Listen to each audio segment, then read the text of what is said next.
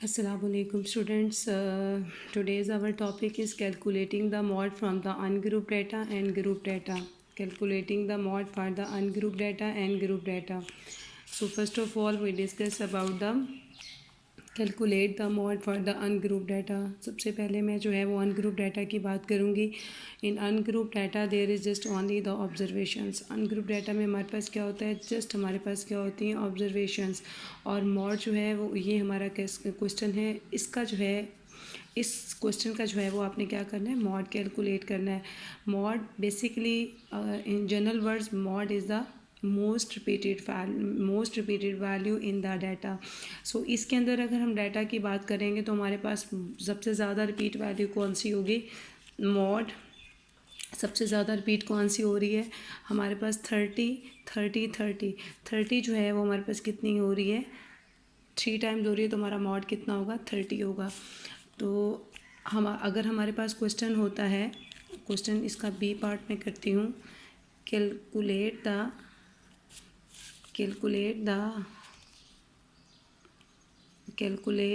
mod for given data। Calculate the mod for the given data।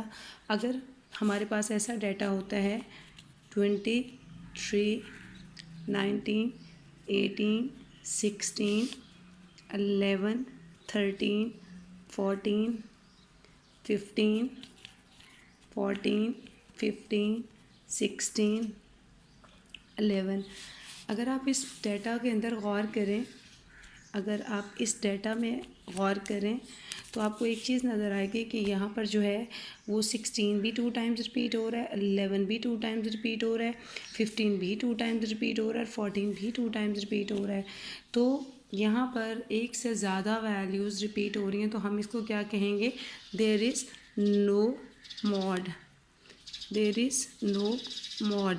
जब आप याद रखिएगा, जब एक से ज़्यादा वैल्यूज़ ज़्यादा टाइम रिपीट हो जाएंगी तो हम उसको कहेंगे there is no mod, this is the mod value. अगर हम इसका सी पार्ट करें, कैलकुलेट द मॉड।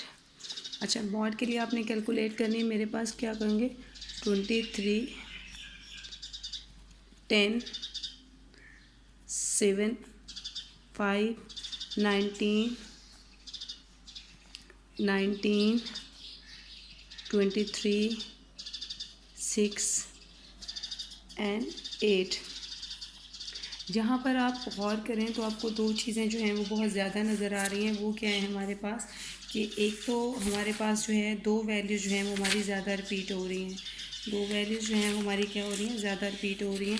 एक तो हमारे पास 23 रिपीट हो रहा है, 23 जो है वो हमारे पास 2 टाइम्स रिपीट हो रहा है। यहाँ पर अगर आप गौर करें तो 23 और 23 रिपीट हो रहा है, और 19 रिपीट हो रहा है। हमारे पास जो है दो चीज़ें रिपीट हो रही हैं, तो हम लिखेंगे there are 2 mods.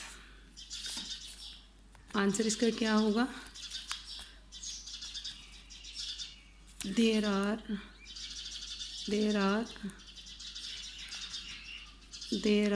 2 mods which are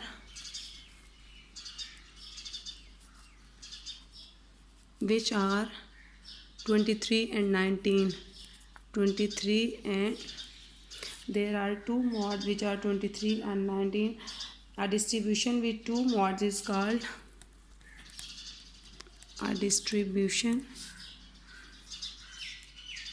a distribution with 2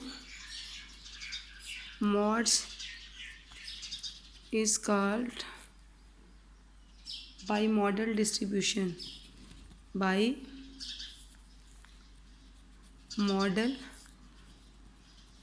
distribution।